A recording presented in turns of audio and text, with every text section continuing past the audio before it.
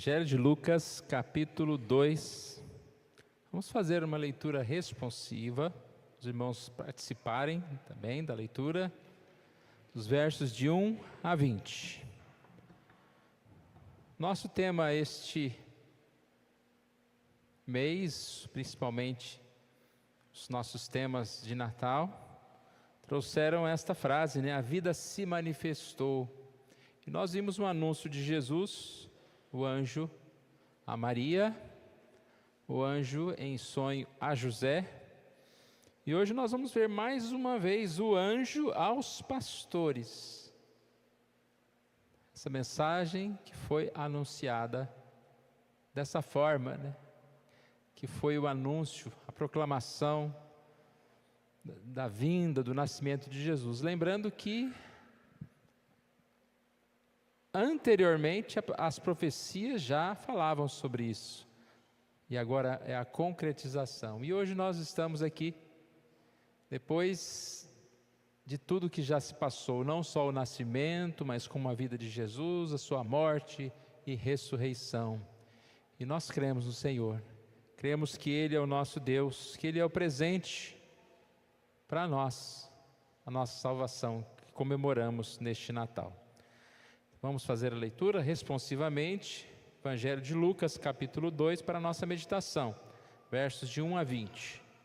Naqueles dias foi publicado um decreto de César Augusto, convocando toda a população do império para recensear-se.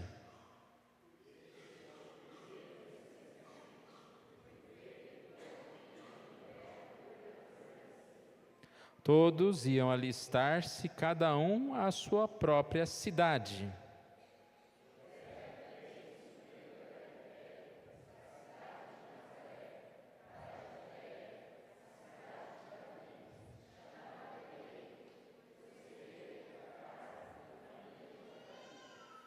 A fim de alistar-se com Maria, sua esposa, que estava grávida.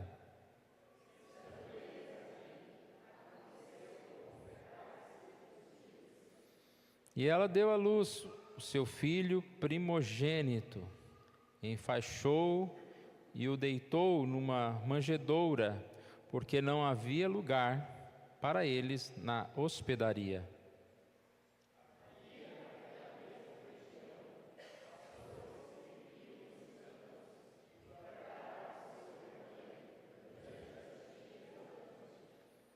E um anjo do Senhor desceu aonde eles estavam, e a glória do Senhor brilhou ao redor deles, e ficaram tomados de grande temor.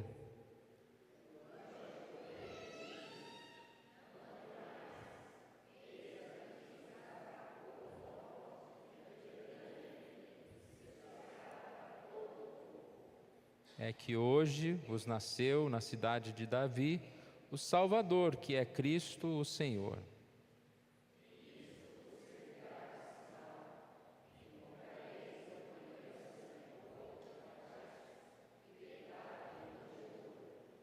E subitamente apareceu com o anjo uma multidão da milícia celestial, louvando a Deus e dizendo: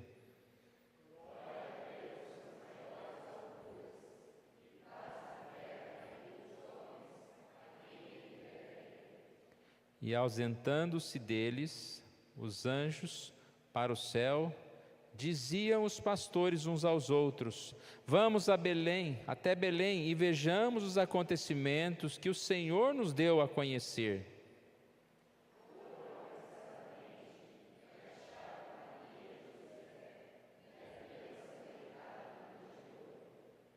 E vendo, divulgaram o que lhes tinha sido dito a respeito deste menino.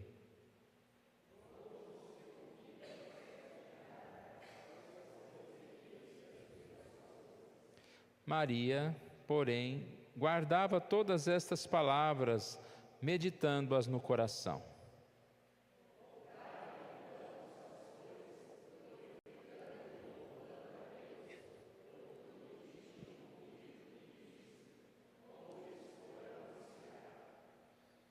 Vamos orar? Pai querido, nós te louvamos por esse dia especial, que nós podemos ler, relembrar, cantar, ó Deus, dar graças ao Senhor, anunciar, ó Deus, a Tua salvação. Ó Pai amado, nesse momento te peço que o Senhor Deus mais uma vez venha abrir os nossos olhos, nosso entendimento para a Tua palavra e que o Senhor venha aplicá-la nos nossos corações. Obrigado, ó Pai, oramos em nome de Jesus. Amém.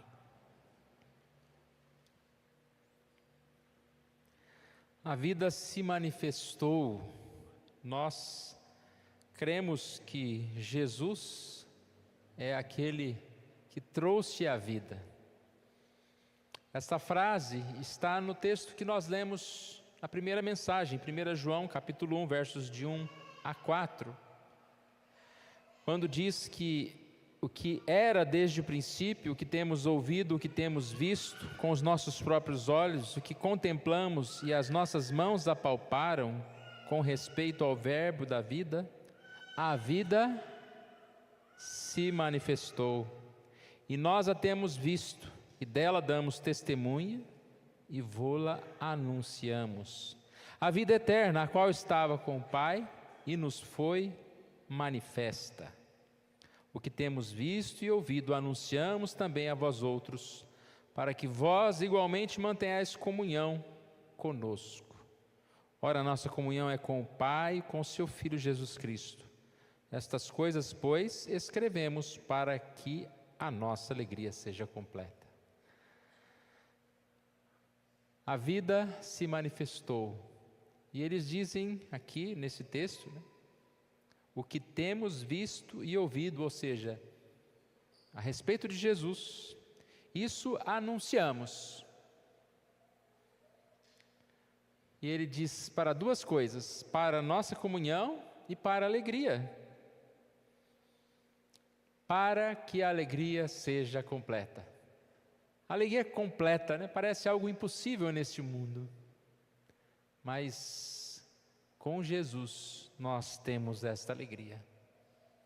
É uma notícia que quando ela é dada, ela preenche o nosso coração e nos faz esquecer de qualquer outra coisa. Mas eu vou voltar a falar sobre isso mais adiante. Nas nossas mensagens, como eu disse antes da leitura, nós falamos da vida se manifestar baseado nessa parte do anúncio.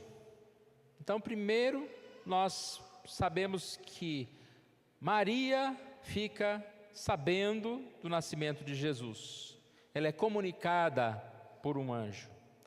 E, diante deste anúncio, nós percebemos que ela se dispõe. Eis aqui a tua serva. Nessa mensagem, entre outras aplicações, nós vimos que direção é mais importante que posição, ou seja, não importou quem era Maria, sua condição humilde, os seus planos para o futuro, não importou a cidade em que ela morava, mas o que importou foi o chamado de Deus. E nós sabemos que a nossa vida é a mesma coisa, independente da posição que nós estamos. O que mais vale é a direção que nós vamos tomar.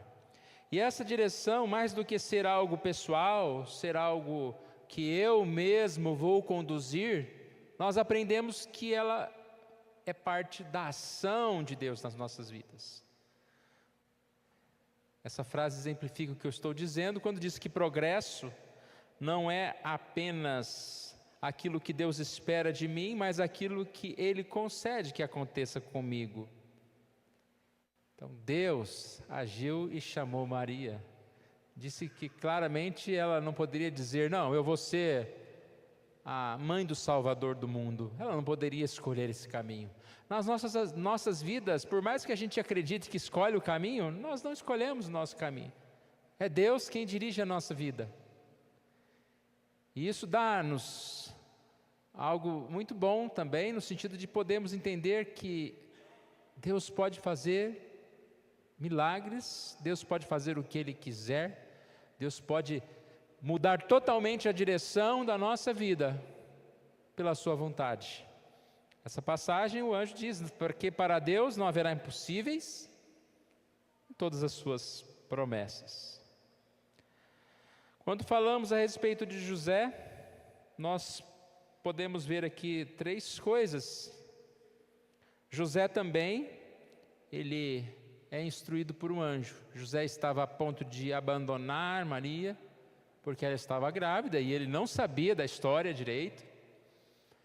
Mas o anjo fala, não temas em recebê-la, o que ela tem, né, o seu filho, foi obra do Espírito Santo de Deus.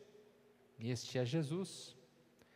E nós vimos então, através da vida de José, ou através do que nós chamamos de reação de José, nós vimos que ele deu um grande exemplo.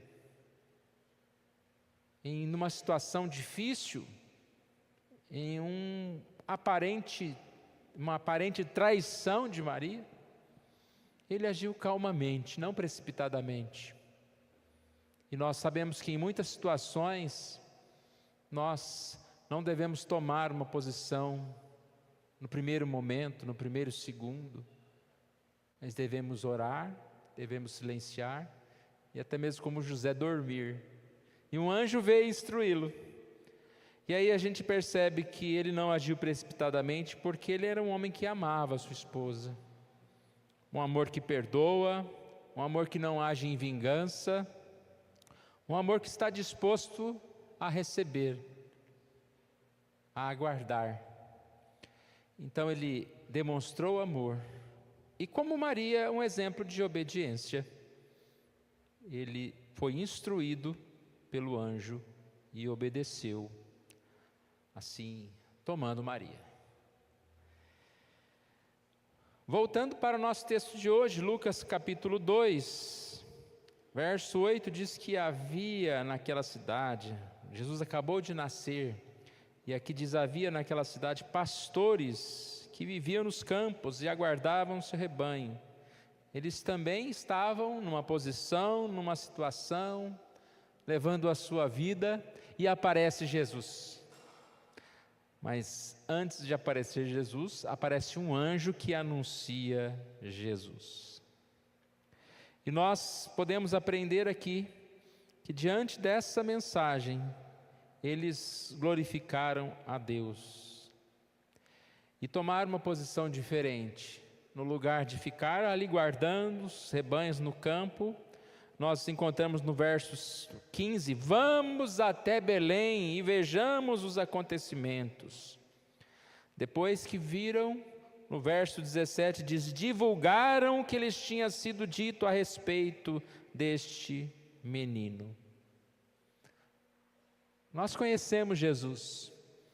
O que esse conhecimento de Jesus tem mudado na nossa direção, no nosso dia a dia, a ponto de nós largarmos alguns campos para ir até Jesus, para ouvir de Jesus, para estar com Jesus. E o que esse ir até Jesus tem colocado no nosso coração, a intenção, o desejo de proclamar Jesus, de anunciar Jesus. Pois que nós devemos ser como Maria, como José, como estes pastores, que ouvindo a mensagem, estes tiveram as suas vidas transformadas. A realidade do Natal. Hoje cedo eu adiantei um pouquinho esse tema, falando a respeito de como nós muitas vezes não percebemos a presença de Jesus, ou essa mensagem de Jesus, ela não tem um efeito como deveria ter nas nossas vidas. Eu não estou nem falando da vida dos outros, porque é muito triste quando a gente vê no Natal, tudo ser do Natal, né? Roupa do Natal, não sei o que do Natal, filme do Natal, e cadê Jesus? Coisas que não tem nada a ver com Jesus. Mas nós devemos entender o que é Jesus realmente para nós. Devemos crer nessa mensagem. Lucas capítulo 2, diz no verso 7, ela deu à luz o seu filho primogênito, enfaixou e o deitou numa manjedoura. Jesus nasceu, é histórico, é verdadeiro. Nós cremos nisso? Sobre crer em Jesus, nós temos a nossa fé que nos faz crer em Jesus. Nós temos a palavra, como em Gálatas capítulo 4, vindo, porém, à plenitude do tempo, Deus enviou o seu Filho, nascido de mulher, nascido sob a lei. Deus cumpriu a sua promessa, Deus é fiel nos seus planos. A realidade do Natal é um tema muito importante, porque as pessoas acreditam em cada coisa,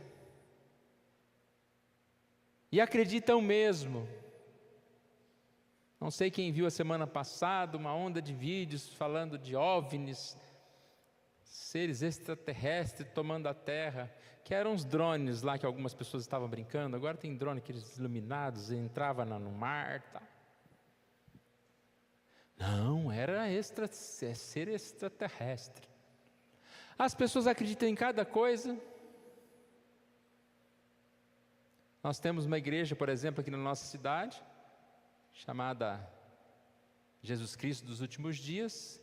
Eles acreditam que depois que Jesus ressuscitou, passado um tempo, não sei quantos anos, ele voltou à terra e instruiu novos profetas.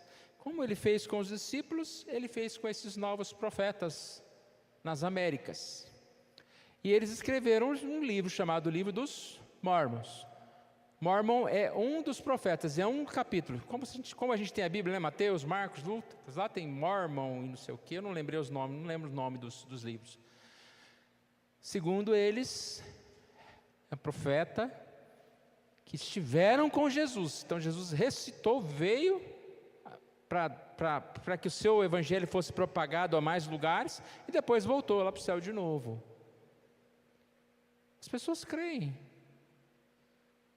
falam com maior convicção. E uma elder falou que eu ainda tenho tempo ainda de me converter. Ó. Já pensou, pastor? Virou mormon? Conversei com ela essa semana. Ela foi lá me doar uma Bíblia dos Mormons. Creem. Eu falei, eu também creio que você pode se converter. Da mesma forma que eu posso ler esse livro aqui, né, e você acredita que eu posso crer nesse livro, eu creio que você pode ler nesse livro e crer que esse livro não existe. Então ficamos um crendo que o outro vai se converter. Né? Deus abençoe. As pessoas creem em mais diversas coisas, irmãos. Mas é um crer de mudar a vida, de dedicar a vida toda àquilo que crê. E a Bíblia fala sobre isso. Tem gente que crê em tantos absurdos e dão a vida pelos seus absurdos, pelos seus deuses. E nós que temos o verdadeiro Deus, que cremos na verdade, nem sempre estamos dispostos a viver por ela, a nos dedicar por ela. Todos os sábados os elders saem pela cidade visitando, distribuindo Bíblias, evangelizando. Quantos de nós tem um dia da semana para fazer isso? E nós cremos na verdade. A realidade do Natal. Jesus veio a este mundo, nasceu em Belém, cresceu em sabedoria, cumpriu seu ministério, morreu numa cruz, ressuscitou e está no céu, se um dia voltará para nos levar. Natal para nós é um momento especial para a gente meditar sobre Jesus. Mas todos os dias nós precisamos manter firme a nossa fé naquilo que nós cremos. E essa fé faz efeito nas nossas vidas.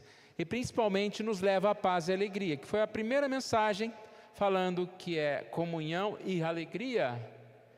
Toda angústia e dor podem ser vencidas pela paz de Jesus.